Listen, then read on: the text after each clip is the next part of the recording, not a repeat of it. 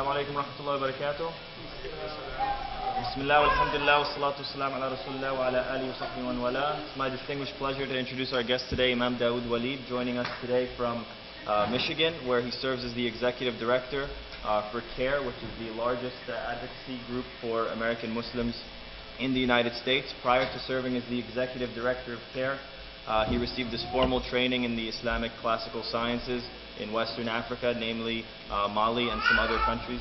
And then afterwards he served as an imam for a couple of masajid, most notably Masjid Walid in Detroit, which for those who don't know was the same masjid that Malcolm X preached at many years ago. Right now, as we said, he is the executive director for CARE in Michigan, and he most recently published the third of his 3 books, Towards Sacred Activism, which I think falls in line with today's topic, maintaining identity in solidarity. So without further ado, we'll have Imam Dawud talk to us about this topic. Brothers and sisters in Islam, Assalamu alaikum. Bismillah ar-Rahman ar-Rahim, alhamdulillahi rabbil alameen. والصلاة والسلام على سيدنا ونبينا محمد وعلى آله الأدهار وأصحابه الأبرار من المهاجرين والأنصار وأما بعد. Brothers and sisters, let me say it's a privilege to be here with you. Sorry for the delay. I'm normally a stickler on time. We got caught up a little bit late for lunch, eating some Turkish food. I had to eat some Turkish food with my Ertugrul hat. Alhamdulillah, we don't have Turkish restaurants really in Michigan, besides one in Ann Arbor, and it's not really good, so it's been a treat to have Turkish food here. Alhamdulillah. Before I get into the talk, I'd like to recognize Sakina Institute for helping facilitate this talk. And this is an organization that started, from what I was told, about 6 months ago, and it's been offering programs throughout this area on a monthly basis. And some of the respected teachers that have been brought by Sakina have been my friend Sheikh Yahya Rodis, who is with El Maqasid in Allentown, my beloved mentor who actually wrote the introduction to my book, America's Imam, Zaid Shakir, and our beloved brother who's not far away from here in New Brunswick, Dr. Shadi Al-Masri, who have been some of the people that have been brought. Coming soon, as my understanding, at Zahra, they will be hosting another good friend of mine, Sheikh Hamza Maqbool. He's actually the only Desi Maliki scholar that I know, by the way. This is quite interesting, quite something different. Normally you don't find Malikis in South Asia, South Asian background, who are scholars, but mashallah, he is a Ijaza and Tilawa Warsh in the Maliki fiqh, and studied also in Africa. Alhamdulillah, you have the opportunity, inshallah, to learn from Sheikh Hamza. And the program that he will be speaking on is called Self-Imposed Myopia. That's very interesting. I'd like to, inshallah, that's recorded. I'd like to hear what he has to say. Sakina right now does not have a physical location, but you are encouraged to follow them on Facebook as well as Instagram to learn more about their programming and what they're doing. And they do have a website, Sakina Institute, and that's Sakina with an H at the end.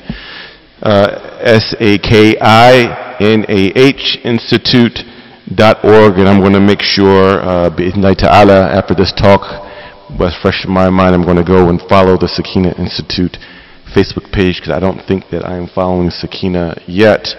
With that, we're here to talk about, and you heard the topic, about us keeping our identity and solidifying our identity, and in terms of the issues of activism and dealing with this issue of coalitions. You know, in this society, we're in a Muslim minority society, and in which Islam has been racialized.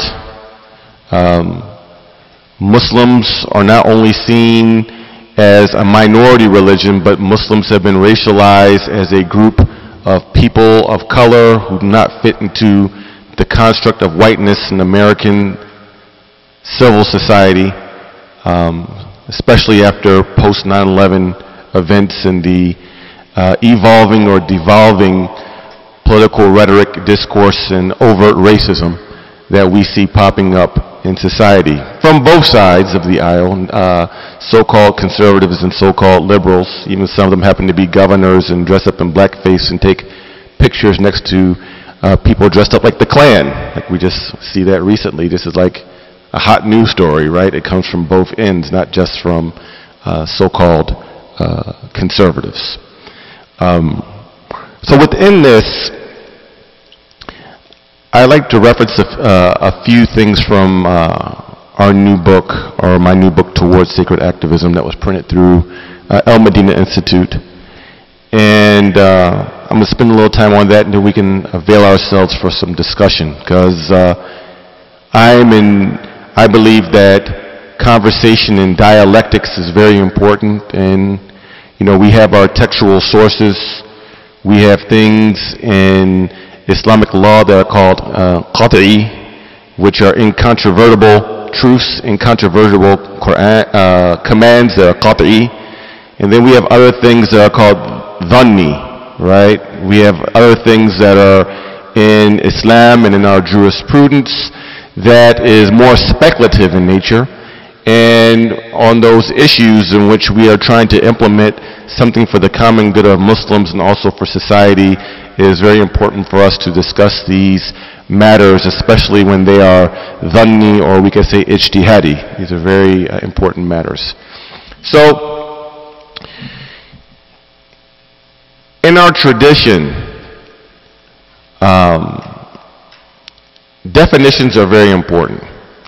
And inshallah, for those of you who are activists or planning on being active and bringing about change in society, I would suggest that if you are able to, it would be very invaluable for every person who's involved in activism as a Muslim to take a class or to read with a qualified scholar, with a qualified teacher or scholar, to take a class on usul al-fiqh, on the foundation of Islamic jurisprudence, because this will help in giving an epistemology of how to digest knowledge and will help refine in how we look at issues that we deal with in the society and through the world. It gives us a type, jazakallahu khairan, will give us a type of framework.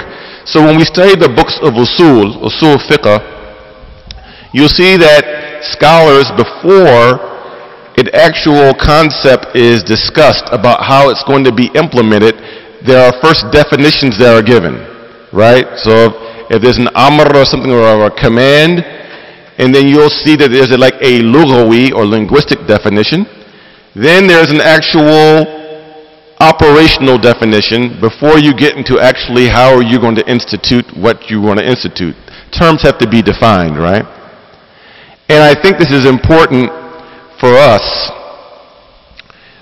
relating to helping us in our worldview and helping us solidify our identities, and moreover will help clarify some shubahat, or also some, we could say, some confusion that we have about matters, right?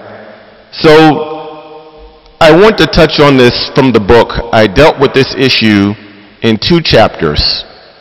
One chapter deals with the issue of coalitions, and I put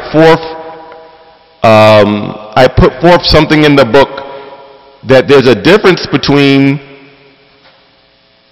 allies and coalition partners, or allyship and coalition. This word amongst Muslim and Muslim activists and advocates, the word allyship is overused by Muslims.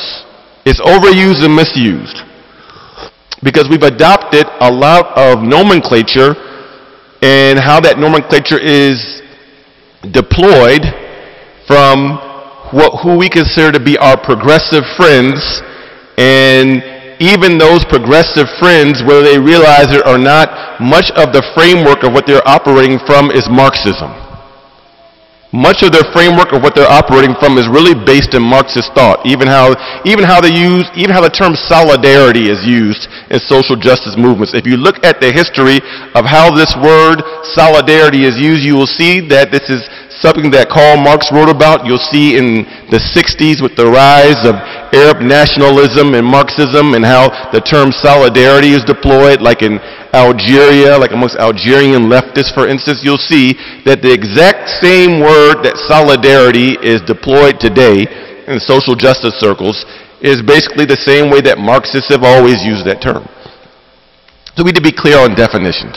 So what's the difference from my perspective and talking to my teachers between coalitions and allies or allyship? So first, who are allies, or what is allyship? What defines allies?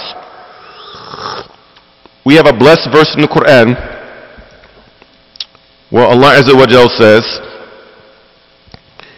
الْمُؤْمِنُونَ وَالْمُؤْمِنَاتِ بَعْضُهُمْ أَوْلِيَاءُ بَعْضٍ يأمرون بالمعروف وينهون عن المنكر ويقيمون الصلاة ويؤتون الزكاة ويطيعون الله ورسوله أولئك سيرحمهم الله إن الله عزيز حكيم.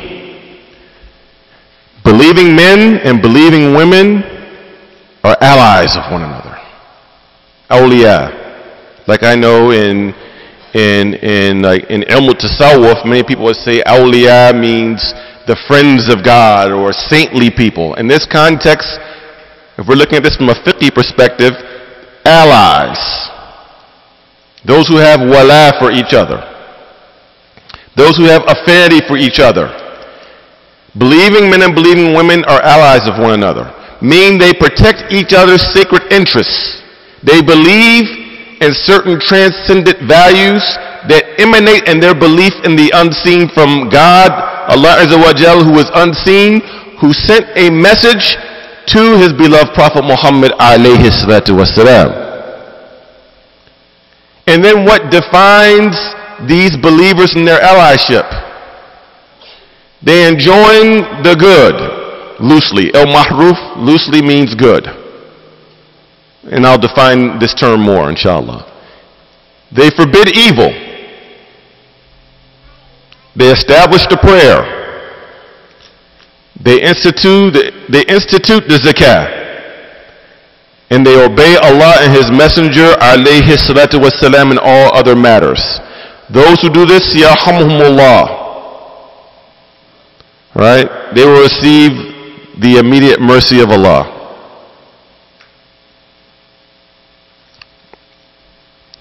So believing men and believing women are allies of each other. So allyship in this first context we see as defined in ayahs of the Quran, as Allah Azza wa Jalla also says in the Quran, that believers shall not take Jews and Christians as awliya over believers. That believers are not to take Jews and Christians as their allies over believers. Why? Because we have a different system of thought, different beliefs, and we have some different basis of our transcendent values. For instance, you would never catch a Christian in their right mind who's saying, let's say in the Catholic Church, they wouldn't hire me to preside over a congregation. And why wouldn't they do that? Because they have certain beliefs and certain sacred interests. They know if they hire an imam over a church, the imam is going to say, I love Jesus too, and I don't believe he's 3 in 1. I believe in Jesus too, I love Jesus, but Jesus is not the Son of God. That's shirk. And I would say that, right? Because that's what the Quran says. That's what we believe, right? Likewise, we as Muslims would not entrust our sacred values and our sacred interests of belief in the Quran and the belief in the perfection of the human example of Nabi Muhammad alayhi salam and all of its implications. We would not accept someone who doesn't believe in him alayhi salam to be entrusted with governing and looking over our most sacred affairs. We shouldn't. And this is only common sense. No group of people who are concerned about preserving their community, preserving their sacred values, their virtues, and their lineage to come would forego that and let another group of people decide and control their affairs. So allyship, or those who have wala, are those who are allied to protect those things that are most sacred to a group of people. Right? Those are allies. And that is what wala is in its very most simple understanding of allyship. That believers will have wala or affinity, allyship with who firstly? Allah Azza wa Jal. Then who? Then the Prophet Muhammad sallallahu alayhi wa ala alihi wa sahbihi wa sallam. And then with the believers,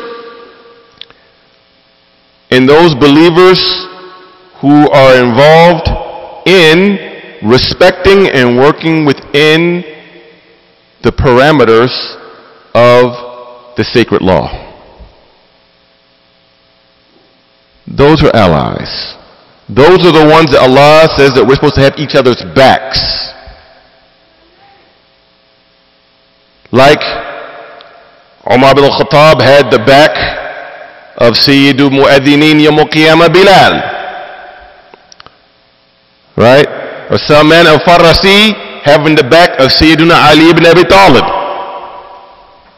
Where these people were literally willing to give up their wealth, willing to be arrested, and ready to even sacrifice their lives for the protection of the Muslims and the Muslim sacred interests of each other. Literally, this is what the Sahaba would do. They would literally forego, and we have a story about this in battle, would literally forego medical treatment or getting water because they had ithar, that they preferred their brothers over themselves and their sisters. We're talking about a deep spiritual allyship. Now, a coalition is different. We can work in coalition towards a common goal with other people that we hold different beliefs in, and we may even be starting off from a different philosophical basis. But we are trying to reach a goal that is a righteous goal. That's what we could consider being in coalition. People are coalition partners. And we have adillah for this in our deen, because our Prophet sallallahu alayhi wa sallam was in coalition and made agreements with disbelievers. First example, authentic hadith. As a young man, the Prophet sallallahu alayhi wa sallam was a witness of an agreement called the Virtuous Treaty. Hilf al-Fudul, or Hilf al-Fudul. Hilf al-Fudul. Hilf al-Fudul, the occasion behind Hilf al-Fudul is this. As we know, in the era of ignorance, Asr Jahiliyyah, Mecca was the center of two things for the life of the Arab. All the Arabs would come to Mecca to do their pilgrimage, because all of their idol gods like El-Lat and El-Uzza were in the Kaaba. So it was a place of pilgrimage. The second important thing is that Mecca was the center of commerce, or tijara, trade and business, for the Arabs. They would come there and rest their camels and do business. Right? The occasion of Hilf al-Fudul is that there was a Yemeni man who came to Mecca, and he was doing a business deal with someone in Mecca, and the Meccan man cheated the Yemeni. He cheated him in the business deal. The Yemeni gentleman then cried out and yelled out and said that he was wrong, he was oppressed because he had been cheated in business. Quraysh had a certain sharaf, or a certain dignity, a certain honor in Mecca, in Jahiliyyah. This reflected bad on Quraysh and also is bad for business. So they came together in a house of someone and they made an agreement that anyone who came into Mecca to do business, that they would not be cheated, they would not be wronged. And if they were, that these group of men agreed that they would straighten out the issue. They agreed they would straighten out the issue. Okay? Because of this wrong that this Yemeni man had faced in Mecca. The Quraysh came together with this agreement. The Prophet ﷺ was asked about this agreement in Islam, in Medina, by some of the companions. He said, this agreement is more beloved to me than the best red camels. Right? So red camels are very expensive, and it was the top thing back then. I think I said this a couple of days ago. I was in Canada last week, and we're talking about price value. You know how many of you know like what a Maybach Benz is? You know what a Maybach Benz is? Only like what, 3 of you? Okay. So riding on a red she camel back then was like riding a Maybach Benz. He said, this agreement is more beloved to me than the best red she camels. And he said, even if I were called to this in Islam, most certainly I would accept, I would join. Now, what is the implication of this saying? These people were mushrikeen. And he clearly said, in Islam, meaning that if it was a cause for protecting the peace and protecting justice in society, that the Prophet ﷺ would enter into an agreement to preserve people's rights that Islam recognized, even if the people are disbelievers, even if they commit shirk. As long as that objective jibes with the sacred law, he would join them, even if they're operating from different premises.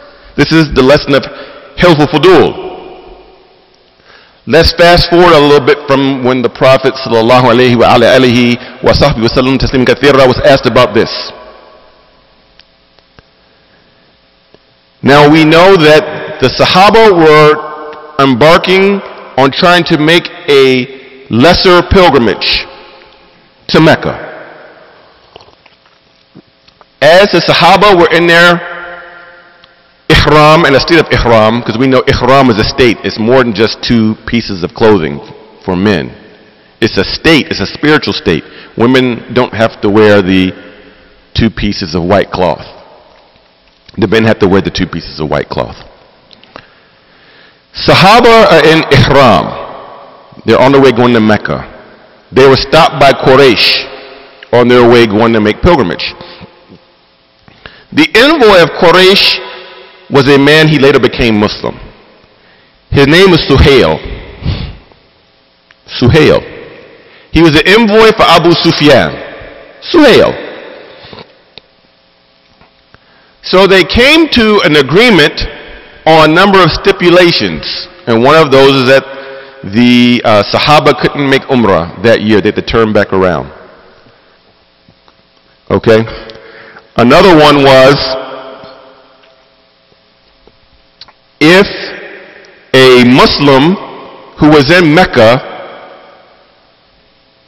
went to Medina, he would have to be turned around back to Mecca. Right?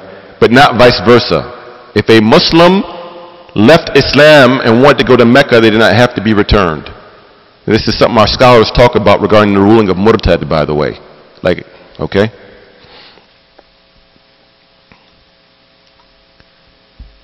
There was an agreement that was made.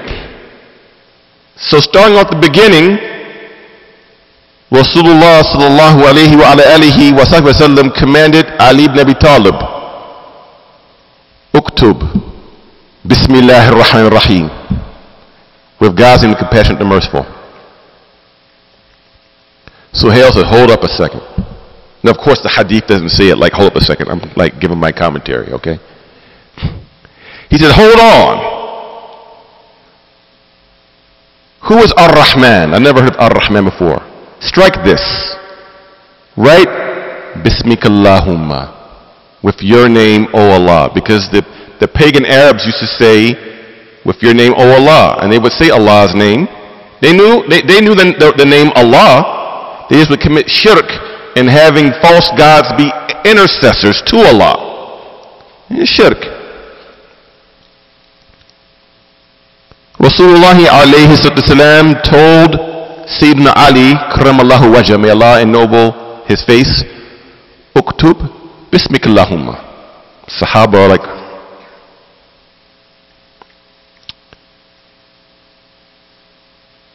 then he told Ali ibn Abi Talib, and then write this agreement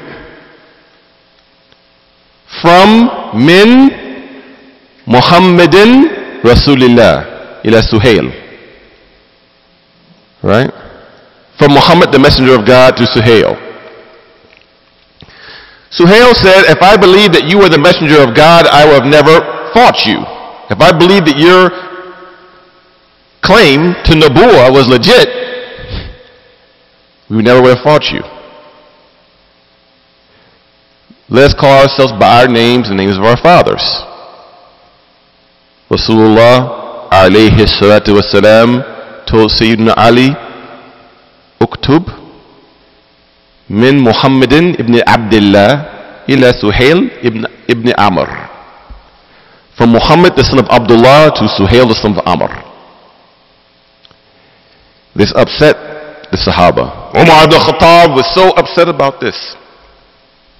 But of course we know that there was an opening by making this treaty, because the peace was at least being able to be kept for a while, and there was a compromise. They got something that they wanted, and the Prophet ﷺ got something he wanted, which was an open opportunity to openly travel and give the da'wah. To give the da'wah. Now, a couple of lessons in this. In this compromise and in this agreement, our Prophet salawatullahi wasalamuhu alayhi wa ala alih, he replaced truthful words with equally truthful words in that compromise, in that agreement. Bismillah ar-Rahman ar-Rahim, truthful statement. Bismikallahumma, truthful statement. Muhammad, the messenger of God, truthful statement. Muhammad, the son of Abdullah, truthful statement. Both of these statements are true. So he replaced truthful words with equally truthful words. In the agreement, he did not affirm falsehood. He did not agree to falsehood. He did not agree to false language.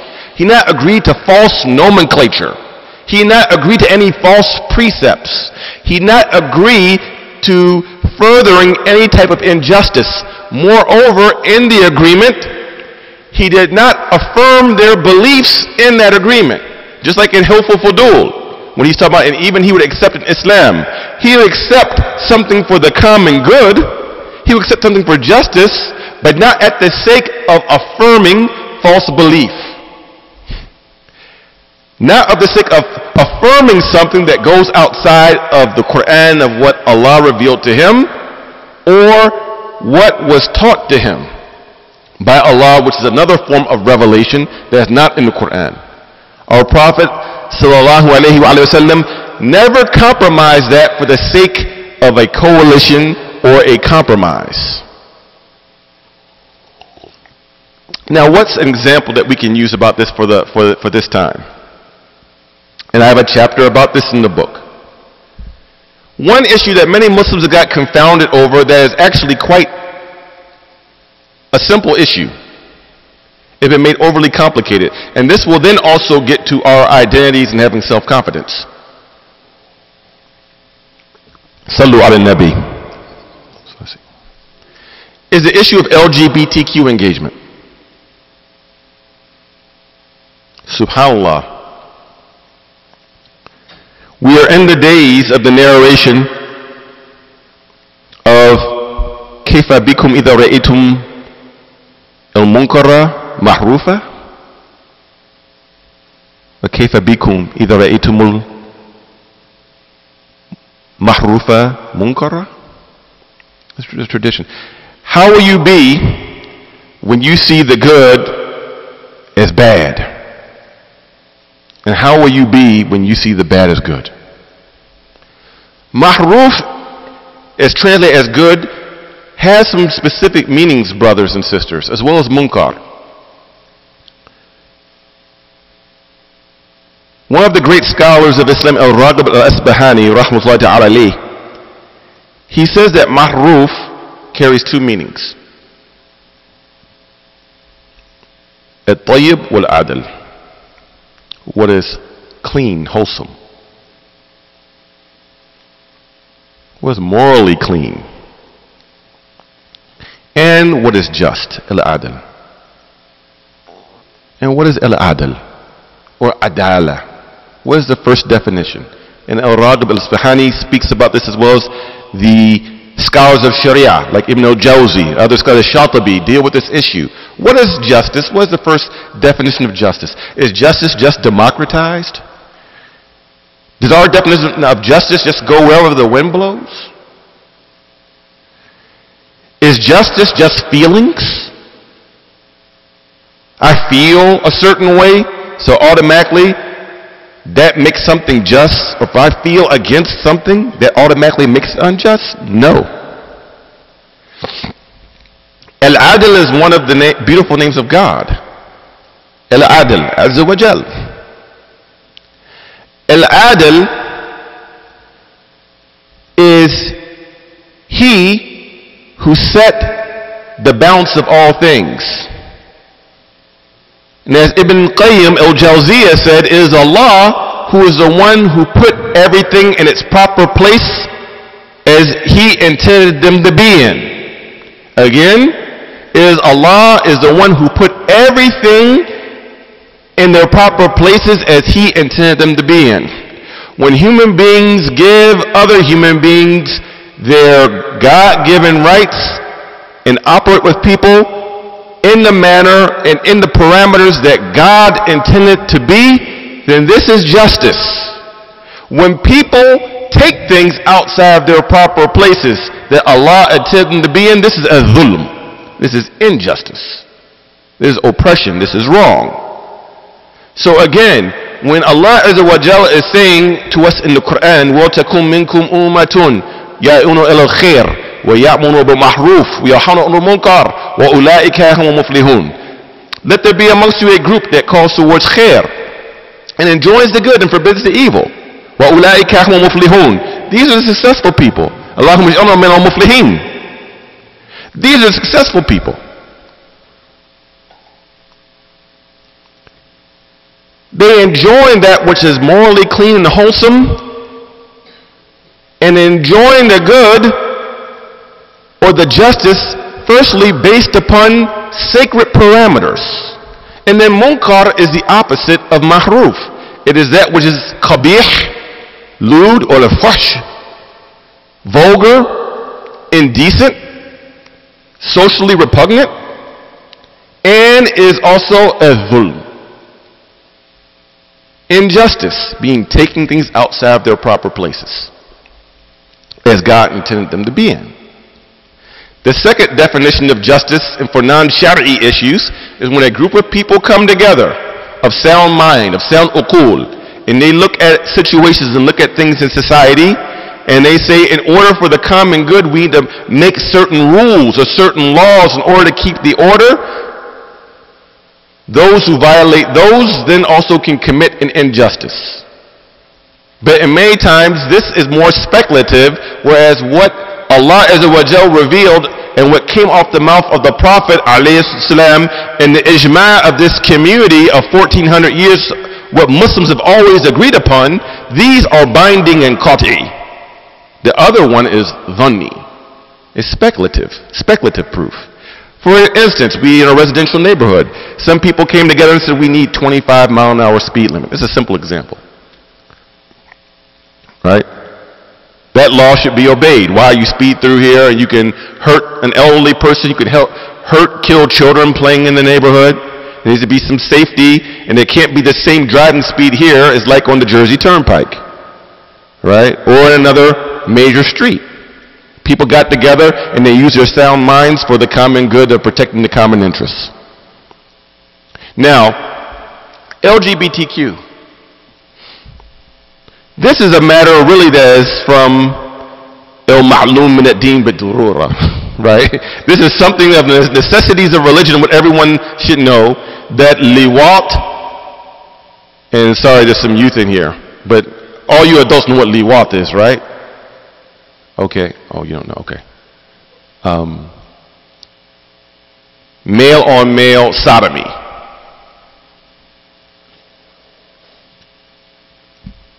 Sihaq. Lesbianism, lesbian intercourse, is a matter or issue that is forbidden, that the consensus ummah has always agreed upon since the times of the Sahaba and the Ahlul Bayt al-Itra and the righteous descendants and scholars. All of the Imams, Sunni, Shi'i, Ibadi have never had ikhtilaf on this issue. Forbidden. It's one of the kabair, it's one of the major sins to be engaged in this. And not only that, it's never been seen as being a positive identity, of taking something that's a sin and making a sin be a positive identity. To the point, and I have the reference in my book, to the point that our great Imam, or for the Malikis, Imam Malik ibn Anas, radiallahu anhu, in his Mudawwana al-Kubra, he states that if someone commits qadhf, or defamation of character, of slander, that if someone even implies or calls someone a luti, that is a punishable offense in which the had, a physical had, could be applied for that person. Because it was never seen as a positive identity to say, oh, well, you know, he's gay, or she's lesbian. To even say that about someone, or infer it, is a punishable offense in the Sharia. So not taken to being a positive identity, right? Those who have that shahwa, it's a desire, that's a test that has to be dealt with and controlled. Just like if someone has opposite sex attraction, can't go around and just be with whoever they want to be. There's certain parameters. And Allah Azza wa Jal gave us uqul, or gave us intellect, as a means of controlling our shahawat, which Sayyidina Ali also talked about, as well as Umar ibn Abdul Aziz, may Allah be pleased with them both. It says that Allah Azza wa Jal created the angels and gave the angels uqul, bila shahwat. Angels are given minds, or uqul. Like even angels can ask questions, like the angels ask questions to Allah, like with the creation of Adam. Angels are giving intellect, aql or uqul, bila shahwa, or shahawat, without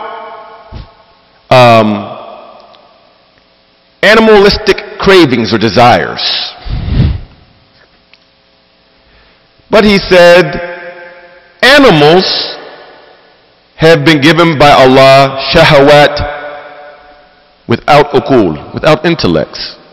Like empirical analysis and data and all these types of things means nothing to animals, right?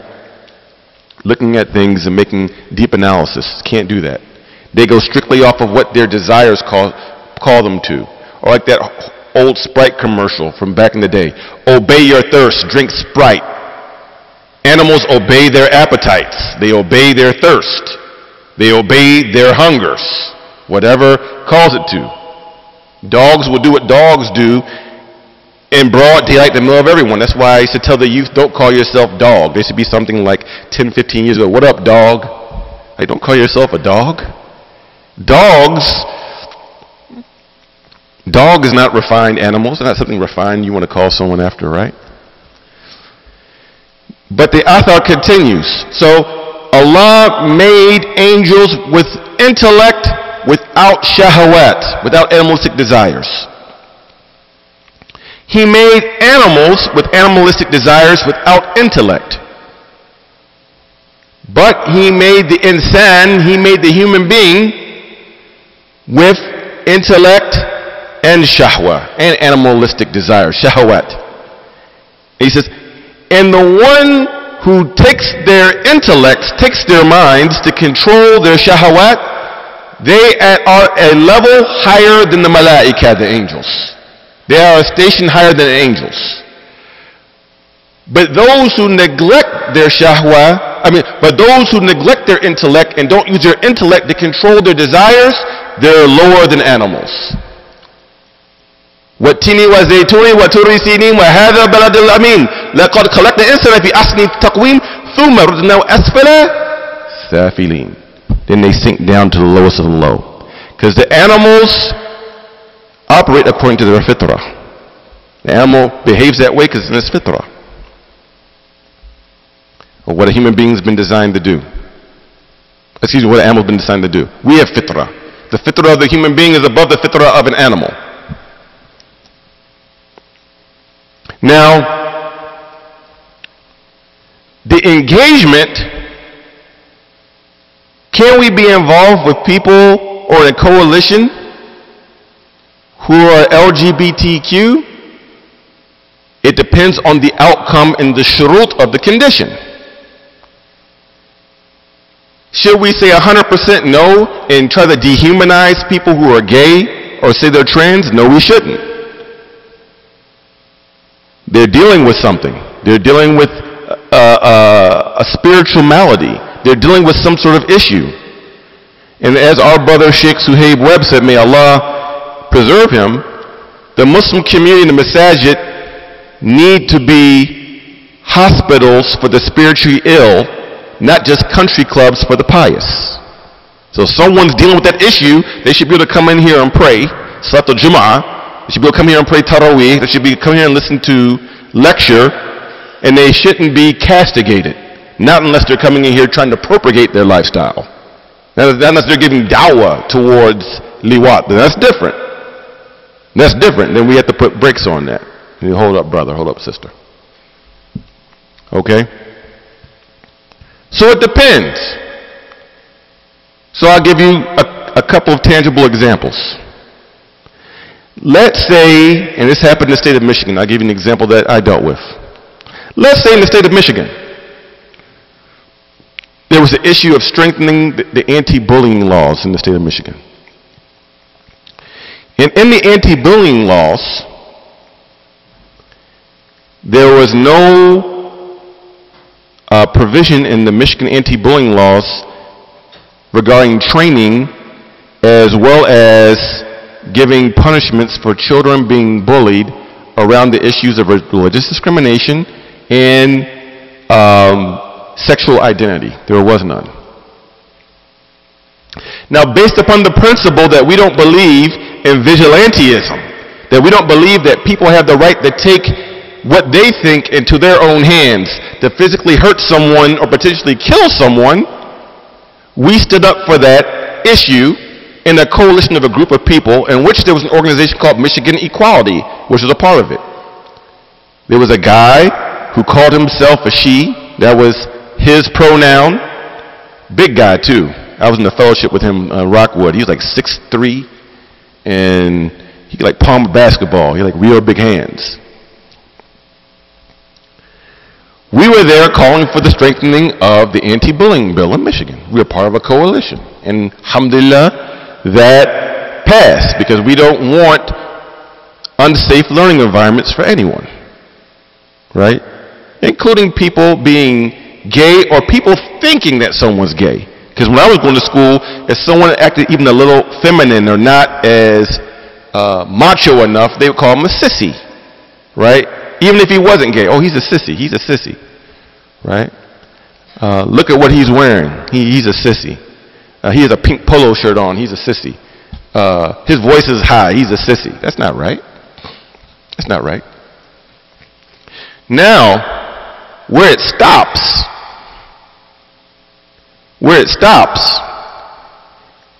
is if me being part of the coalition is that we have to use nomenclature, wording or phrasing that we have to affirm that's against our beliefs, or to be involved in advocating something that is forbidden.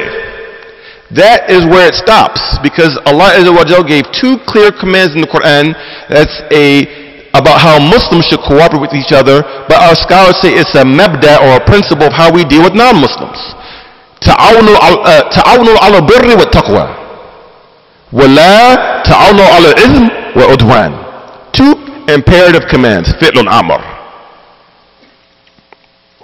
Cooperate with one another based upon piety and righteousness, but do not cooperate with people based upon al-ithm.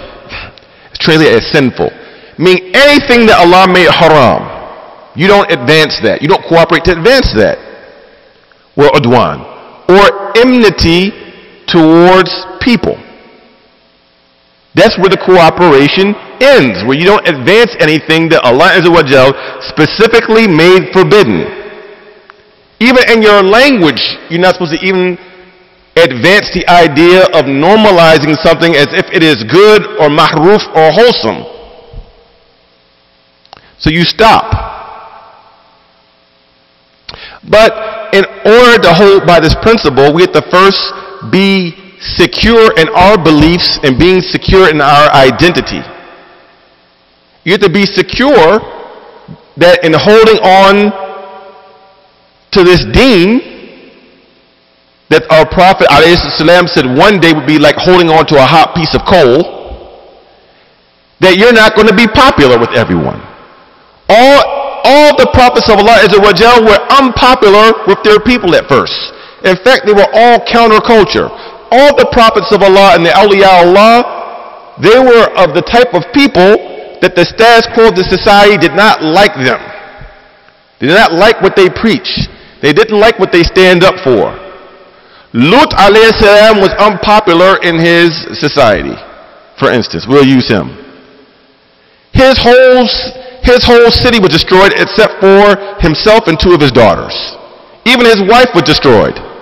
And his wife wasn't even engaged in the activities of the Qawm Lut, specifically with the physical act. She was okay with it, and she collaborated with them in furthering what they were doing.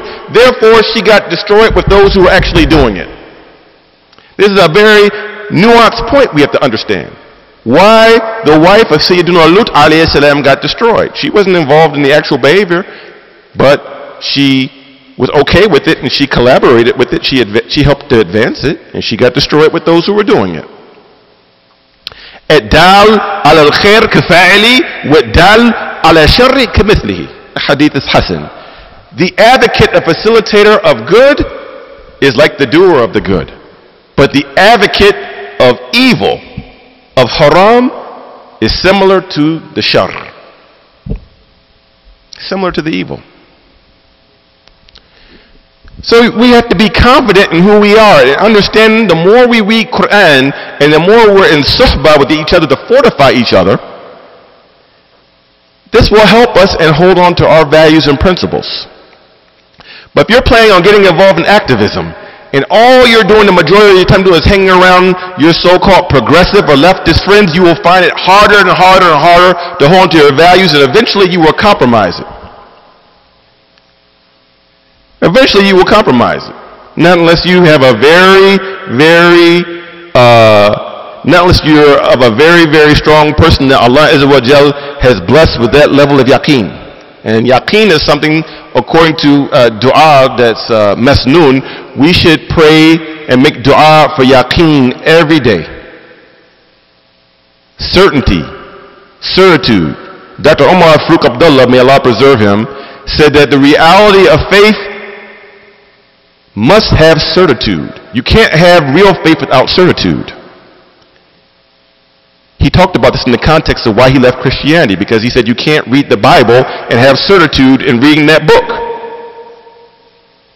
If you read that book from cover to cover, you can't have certitude because it conflicts and contradicts itself too much. You can't have certitude. And he said, and belief must have certitude, sound belief. So you have to be clear on who you are and be confident. And even God says this, by the way, in general, about those who don't hold on and believe in your sacred values. The Prophet ﷺ was reminded about this in Medina. And none of us are more kind, none of us are more mannerable, none of us are more knowledgeable or have more mahrifah of Allah Azza wa Jal than Rasulullah alayhi salatu wasalam. None of us. He's at Maqam Mahmud. He's at the most praiseworthy station. Allah Azza wa Jal told him, وَلَن تَرْضَى أَنَّكَ يَهُودَ وَلَا نَصَارَى حَتَّى تَتَّبِعَ مِلَّتَهُمْ. Never will all the Jews nor all the Christians be pleased with you until you follow their way. Lan means never in the future. Like don't even have the expectation. Don't have the expectation. Don't look for it. Never will all the people in the status quo will be pleased with you as Muslims until you give up your way. Even if you compromise and compromise and compromise, even someone will never be satisfied. Now there will be some good people who won't fight. There will even be some people who will come to Islam. Allahumma hadihum. I pray. I pray that the American society gets the blessing and gets favored with embracing Islam. I'm not one of those theological relativists that sits in interfaith gathering and say, oh, Jews, Christians, and Muslims, we're all children of Abraham, and Jews, Christians, and Muslims, and we're all the same. I don't talk like that. I don't talk like that because it's not true. And Ibrahim, the Quran says Ibrahim was not a Jew, nor was he a Christian. He was an upright Muslim. So we have to have a level of confidence in who we are and not be involved in performing for other people. And I call a lot of our activism that we do in the community is performative. Like we have to be sincere. We have to be sincere and recenter ourselves that whatever we're doing relating to social justice activism, be it feeding the poor, advocating for better health care for all people, being against mass incarceration, being against Islamophobia, whatever it is, that we make sure that what we are doing aligns with the rida of Allah Azza wa Jal. What Allah Azza wa Jal would find pleasurable. Not the rida of people. Notice the ayah says, لَن تَرْضَى. Never will they be pleased, right? Seeking the rida of people is futile. You seek the rida of Allah Azza wa Jal, right? And this will help solidify and keep clean the work that we do. But if we are involved in activism just to get accepted by people, we will never be fully accepted by them, and we will not get the pleasure of Allah. So it's a losing proposition. It's a losing proposition, brothers and sisters of Islam. Now, let me conclude with this before questions and answers. February 21st, 1965 was the martyrdom of a wali of Allah in the United States of America. Al-Hajj Malik al-Shabazz. We call him Malcolm X. Radiyallahu anhu. Great American martyr. One thing you see about reading the life of Malcolm X, which should be informative to us. Much of the American public did not like Malcolm X. Even a lot of the African American bourgeoisie actually were scared of Malcolm X. The African American bourgeoisie. They were scared of Malcolm X. They didn't agree with Malcolm X, but Malcolm X commanded their respect. He commanded their respect. There were other people in the civil rights movement, in the movement at that time, that compromised and sought acceptance from the broader culture, the broader society, the status quo. Those same people Not only did not get what they wanted, for the most part, they did not command the people's respect. And Dr. King even found this out later on in his life. And he changed. The last 18 years of Dr. Martin Luther King's life would be considered politically radical.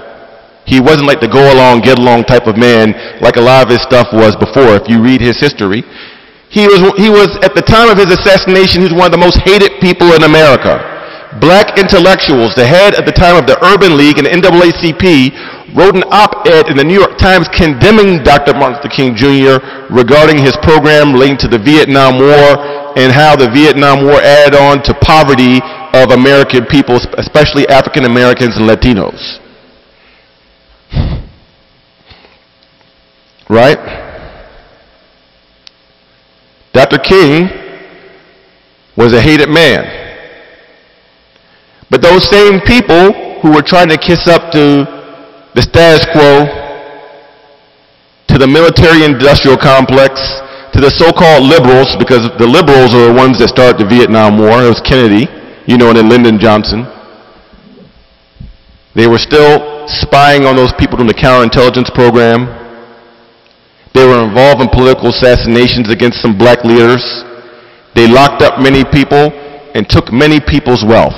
Even those ones that were trying to get along and compromise their values to be accepted. That should be a lesson for us as Muslims. That should be a lesson. Just be who you are. Be nice, be courteous, be kind. Hold on to your values. And in this day and time where people are compromising their values left and right, there are a group of Americans, I believe, who will respect us as Muslims. We may not agree with everything, but at least we respect them because they stand upon principles. Don't give up your principles. It's not worth it. It's not worth it in the dunya, and it's definitely not worth it in the akhirah. With that, afwan minkum. Please pardon me. I'm available for any questions or comments. And then we have to head out of here to Harlem for another program at MIB. Inshallah, with Imam Talib Abdul Rashid. Wayak. Wayak.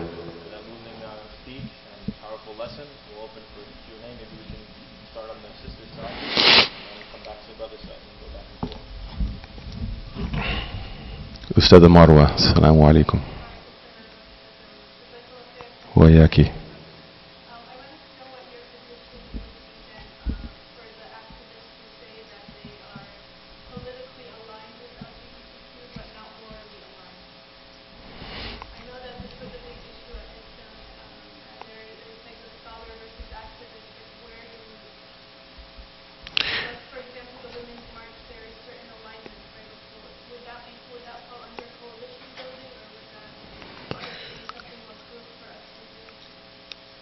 Allah knows best, but I believe that's makruh.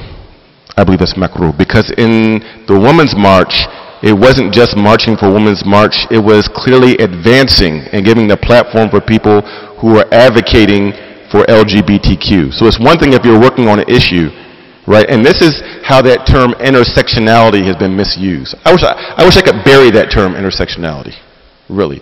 Intersectionality is a term that came about from African American women who were looking for women's rights that were betrayed by white feminists. And they began to call themselves womanists instead of feminists. And this is where the term intersectionality was born from. Now under intersectionality, everything has to be intersectional with LGBTQ. Like Black Lives Matter, black people being killed by police, then somehow or another it has to be intersectionality with homosexuals and trans people. Like the people who get beat down and killed by the police aren't being killed because of their sexual proclivities. They're being killed because blackness is seen as dangerous, right? And it literally waters down actual issues. Actually, I take offense to that whole talking point that black suffering in America is the same as gay oppression. That's not even historically accurate. Like, there were white homosexuals who enslaved my ancestors, for God's sake. They're the ones with positional power. And the LGBTQ movement would have not made progress if it wasn't for white folks leading it to begin with. If this were a bunch of black people and some black homosexuals in Harlem and in Trenton, New Jersey, and some homosexual Latinos in El Segundo, it wouldn't be popularized. It's because white folks with money have been advocating for that. And they're proclivity, their appetites and their identity. So again, I don't see the distinction, and frankly speaking, I think we need to revisit, and this is for a longer discussion. I believe that teachers and activists need to be in conversation, and sometimes teachers and shuyukh can be overly dogmatic and be too harsh too. And I've heard dehumanization of homosexuals in certain ways as if they're irredeemable and like trash, right? They're beyond redemption. I think this is the wrong way to discuss as well.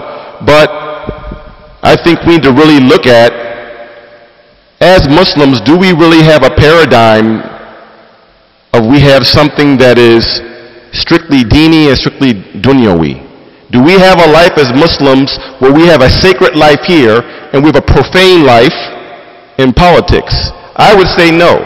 I say our scholars wrote about this in detail. From all of the madhab have written about this and talked about this. I don't believe in this separation between ibadah, mu'amala, and siyasi. I don't believe that. I believe that our politics have to have some sort of, be informed by sacred values and sacred virtues.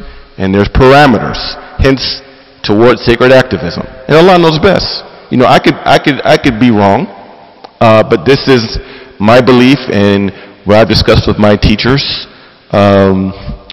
in West Africa as well as in Detroit and in Berkeley, California and other places. So Allah knows best. Wa yaki. Assalamu alaikum akhi. Alhamdulillah. No, I have a question. I'm looking forward to the chapter in the book, and I'll tell you, but one thing that I struggle with is, the separation of church and state, what allows us to practice freely. So they only advocate on the position from my ideological standpoint. The worry is that opens the doors for other people to advocate against us. They're also advocating from my ideological standpoint. Good question. There's 2 points I would say.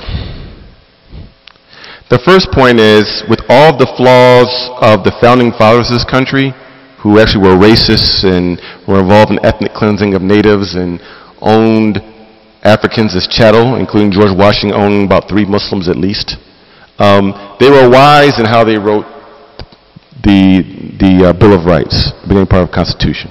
So we have something called the Supremacy Clause, right? That there's certain limits in which the United States Constitution is supreme, in which no denomination or no one religious interpretation can be imposed and be forced upon the generality of the American public, right? We have the Supremacy Clause. We also have something called the First Amendment, right? Which, of course, things are up to interpretation with legal scholars and courts. But the second point is, we should advocate our political positions based upon our virtues and our beliefs, because Americans have always done that. Evangelical Christians have always done it. Catholics have always done it. This is why in Virginia there's a big uproar about the governor, the blackface governor, who's in favor of late-term abortions, even in 3rd trimester, right? People with bona fide religious beliefs are informed by their beliefs, and they insert that into public policy and how their public policy stances. So if Catholics can do it, if evangelicals can do it, if Orthodox Jews do it, if the African American Church does it, I see no reason why we Muslims should marginalize ourselves and not inform our political stances and public policy based upon our sacred values and beliefs, because everyone else does it. Even the progressive left that is becoming more and more irreligious and atheist, they have an aqidah. They have a creed. They have certain values, diversity, inclusion. It means certain things to them. And if you violate those, you cannot be a liberal or progressive. In fact, you may be called a bigot. You could be politically takfir. Really. So why not we be informed by our beliefs and our values? Like, why not? And Allah knows best.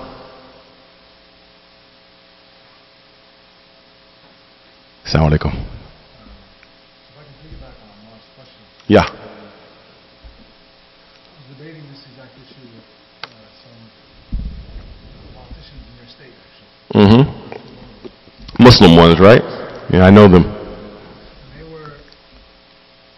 the position that they were taking, they had sort of built a little bit higher than Ahmad's question, which is, if we're operating in a secular state, and I'm running as a politician in a secular state, and I'm running to uphold that secular state's constitution and laws, then I am in no position, even as a Muslim, to demand that my beliefs and my rules and my laws for myself and my children and other Muslims should be applied on a wider scale to people who are not Muslim.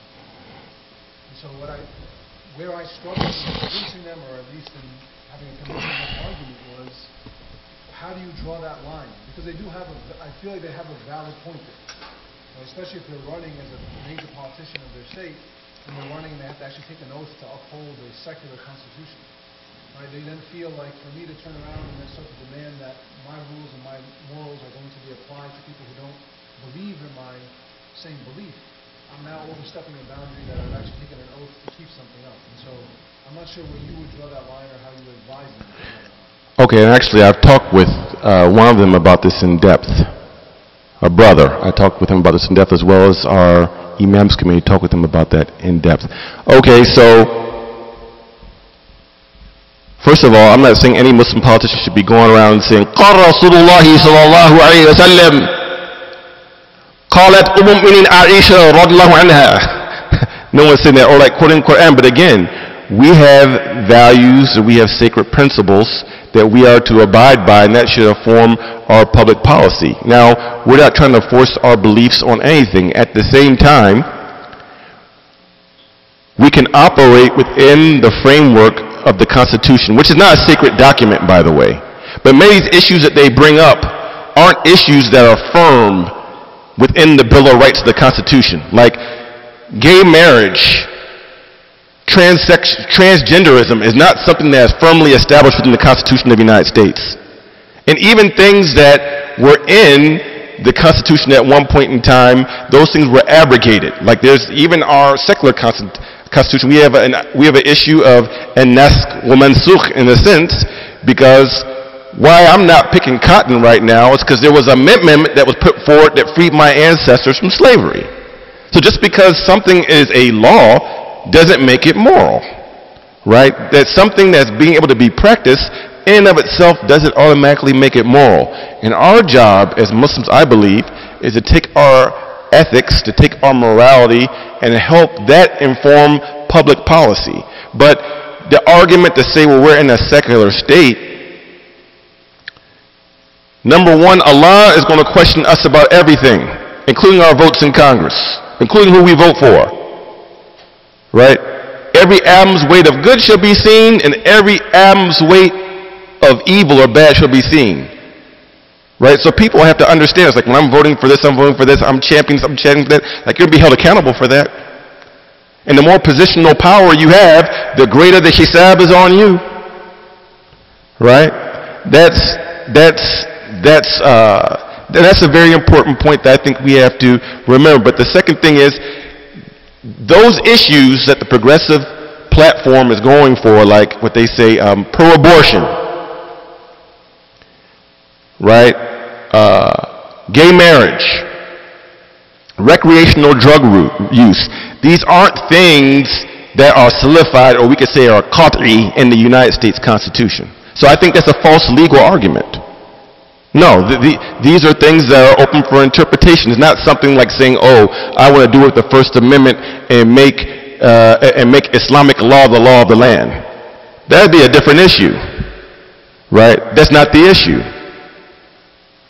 So I think that's actually, think that's kind of a, what's the best word? Salu ala nabi. I think that's a false analysis. I'll just use that language. I think it's a false analysis. But again, the U.S. Constitution, or certain laws and certain rulings that have been done in a secular state, they themselves, these are not These aren't sacrosanct. That's why things get overturned all the time and other laws get passed, right? We have a legislative process. We have a judiciary, like there's certain laws. Doesn't mean that because you're in office that you have to facilitate something that, because see, we believe that anything that God made haram is not just haram for the Muslims, we can't impose it on people, but we believe that anything that God made haram for human beings is for the benefit of human beings. It's not to punish human beings in this life. It's not to the detriment of human beings. It's to the benefit of all society, right? Whether people realize it or not. وَلَكِنَّ أَكْثَرَ النَّاسِ لَا يَعْلَمُونَ, the Quran says, right? Allah knows best. Yes, Sister Marwa. Sister Marwa.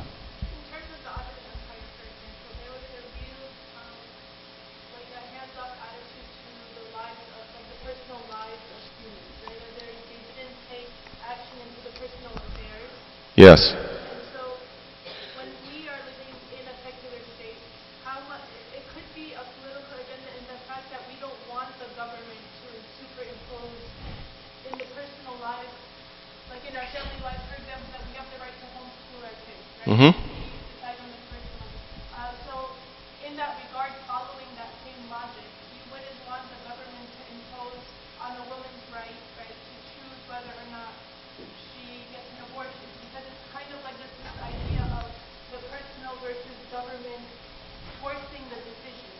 So I wanted to know, like, it seems like from your logic is that there would be this imposition of like lack of choice because the government was on their behalf. So from just like a thinking framework as certain issues, I personally would want to make my own choices. Oh, okay. I'd say two things about that. You made an analogy to the Ottomans, and I would say even to some other governments about not getting in the personal lives of people. That's different from public policy. And when the government legalizes something and makes something legal, that is a de facto endorsement of the behavior, number one. So being involved in people's private lives or private decisions, what they do behind closed doors, is very different from something that the government stamps as okay and then is by de facto gets state endorsement. That's number one. The second thing is under the khulafa and these different governments, there would be certain exceptions for people's private lives and even some relaxation for the people of the book. But that's under an Islamic state, right? So there would be certain exceptions where people were registered according to their religion. We can't do that in a secular state. So for instance, Umar ibn al-Khattab, when he went into Persia, and this is narrated in many books including Ahkam Ahl al-Dhimma by Ibn Qayyim, that the Zoroastrian people were involved in incest marriages. Majusi people were involved in incest marriages. Umar ibn al-Khattab, when he came and saw this, he despised it. And he stated that this was horrible. He hated it. However, he did not make those Zoroastrian couples divorce, and he allowed their marriages, but it was khassa, just for them. In other words, that practice wasn't allowed for the entire society. Jews who were living there couldn't do it. The Muslims who were there couldn't do it. It was something that was limited. So we don't have that type of, anything that's legalized in the American society, it's open for everyone. All religions, all genders. Then the third issue I would say is, I would kind of disagree that the issue of abortion is just a personal matter. I think it's a public matter. I think it's a public interest matter. I think it's a societal issue. I don't think that it's just simply someone's right to choose, but the government has certain laws to this day about the right to choose. For instance, let's say, and this is no signal, right? I'm very happy with my one wife. I'll use this as an example. Let's say my personal right to choose in my private life, and my wife right now is fine with it. We meet a sister, we find a sister in the community, she's a widow, right? And she wants someone to take care of her. So she doesn't mind being a second wife, and I make her second wife. right? Islamically, according to our sacred law, that's fine. According to American law, that is a criminal offense. Why? Because the people of this country and our lawmakers have gotten into the personal lives of common citizens and say for the common good, we don't believe that what they call bigamy is in the common interest of the American society. Incestuous marriages are forbidden. The marriage that our Prophet ﷺ had to Aisha would be considered now pedophilia. It would be considered statutory rape. They get into the private lives of that, right? A Muslim guy can't go with the permission or the idhn of a father or marry a 14, 15-year-old young lady, even though she's mukallafa according to the religion, because according to the state interests, our government gets into the private lives of people all the time.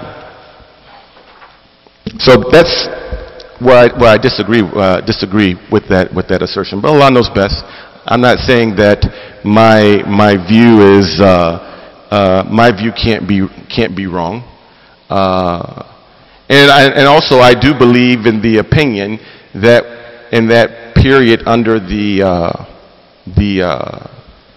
the fuqaha disagree about the issue of abortion. And I'm of the opinion that in that beginning part of the first trimester, if there is a legitimate reason, risk of the woman's life or some greater harm that could come about, that is jaiz, that's permissible.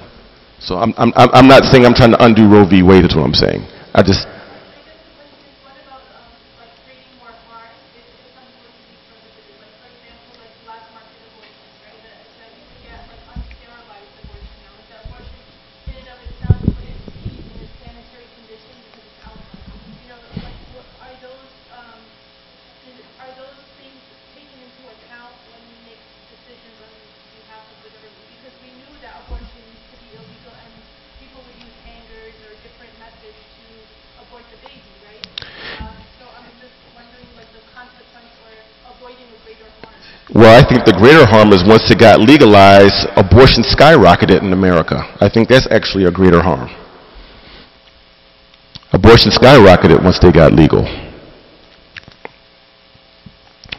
I don't know, it's a touchy subject. It's a subject that needs to be thoroughly discussed, and especially, may Allah reward you, especially that you are a sister, that sisters have sometimes different opinions and different sensitivities to men relating to these issues. But I also know women who have studied, I know you've studied traditionally too, who are very much against and think that the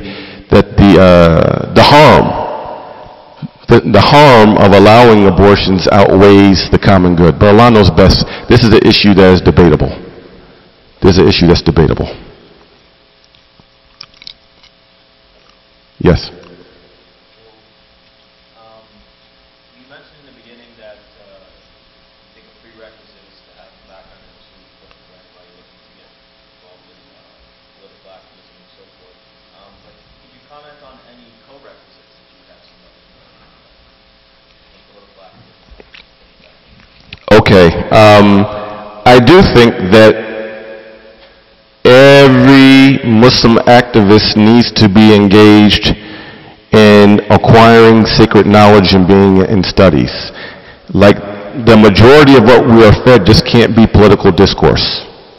We have to be fed also in secret knowledge and having epistemology in order to look at the world and weigh things. I think it's very important. Other things I think that activists need, which I also touched on, is two other things. One that is more, we can say, practical, and one spiritual. The first thing is that I believe that we all need mentors. And by mentors, I mean spiritual mentorship. Everyone who's an activist needs spiritual mentorship, if not someone who is a scholar, at least someone who is an elder, who is of upright character, that we can sit with them, check in with them, and run issues behind them. And this has two benefits. The first is that if we are going too far to the right or too far to the left, they can help anchor us, inshallah, back towards the center. The second thing is for our nufus, or for our egos. The ego is inclined towards self-deception. Activism brings about a type of self-righteousness or sanctimony, especially when you're in social justice activism. If you're like speaking truth to power, and you're always standing up for the right, and this is good, and this is good, it may lead someone to the false conclusion that the haqq is always with them. That they're always with the right. That they can't say something is debatable. They can't even say, but Allah knows best. Right? And become very rigid and also dogmatic. Some of the most dogmatic people that I've seen and come in contact with in our community are actually people who call themselves progressives. Very dogmatic. So we need spiritual mentorship. And I put this, and okay, maybe sometimes for some people the term sheikh or sheikha or murshid or ustadha, sometimes these big words rub people the wrong way. They think it has too much Sufi tinge or whatever. I pose this question to everyone who's brought this issue up. They say they don't think it's important or necessary. Surah Al-Kahf, 18th chapter in the Quran, is mustahab to read every Friday. We have a story in the Quran when one of Ulul Azm min al-Rusul, Musa alayhi salam, was looking and found a teacher, found a guide. And he went through a level of mentorship before then going to Misr or Egypt at the age of 40 to then confront Fir'aun. His spiritual mentor is Al-Khidr alayhi salam. So I say this: if one of God's greatest messengers, someone who's ma'soom, meaning he did not have the intention to ever disobey Allah. He was a human being. Human beings make mistakes, but he never had the intention of disobeying his Lord. He protected from that error. If he who was a messenger of God who had a book revealed to him need a spiritual mentor, who do we think we are? We haven't even conquered our nafs and our hawa. Right?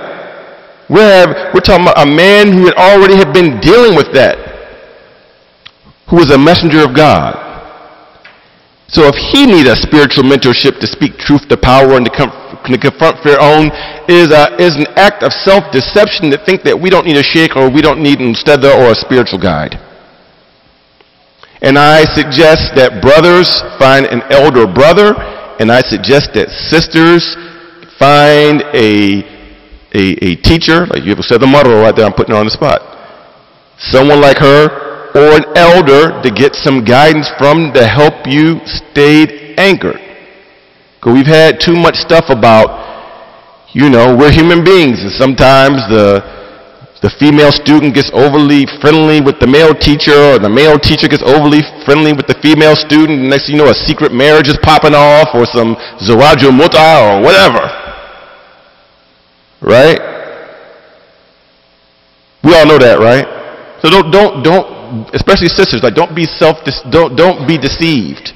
Make sure you try to if you're going to be involved in this work, find yourself a spiritual mentor and make sure to pick a grounded sister.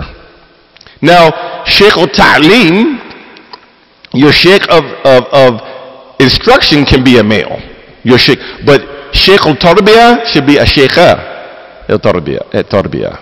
It should be a sister, in my opinion. Just for your own safety, because these are times that we live in. I don't have one-on-one meetings and consult sisters like that. Because me too, him too. So we got to protect ourselves. That's my answer to your question, brother, and Allah knows best. How much time do we have more, Brother Saab, before we have to bounce for Harlem? 8 minutes till Maghrib? SubhanAllah. So we have to pray and basically go then. Okay, that's fine.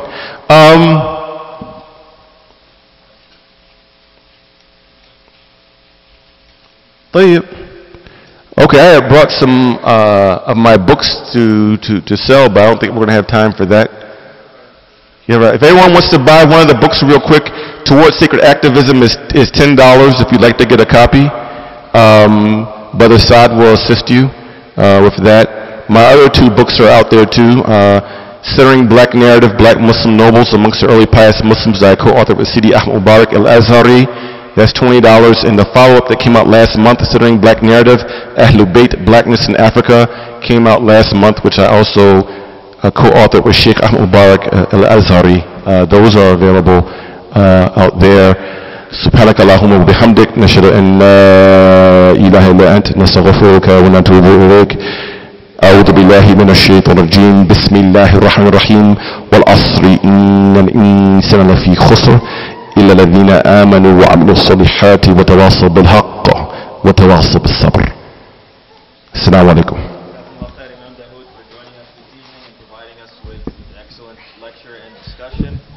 May Allah give you safe travels back and protect you and your family and protect all of us and guide us to that which is right. Jazakallah khair wa alaikum salam wa rahmatullah.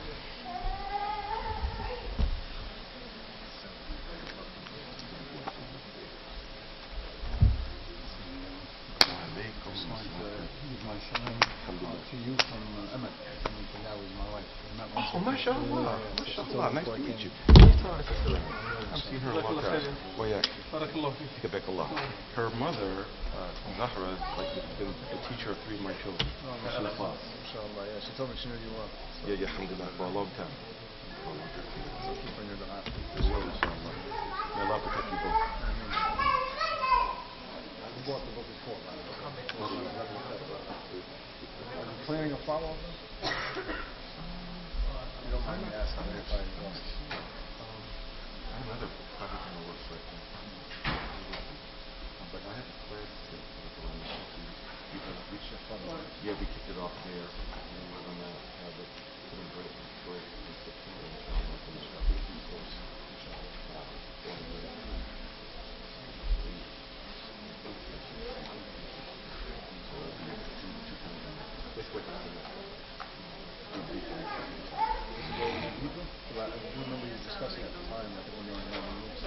It's a lot, yeah. I did. This is extremely helpful.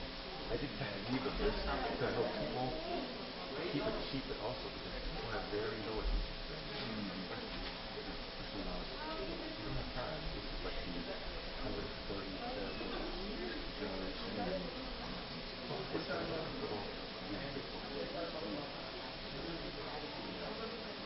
Concern, not the concern, the suggestion, but not the suggestion. I guess the one how that's been extremely helpful as a starting point. I think where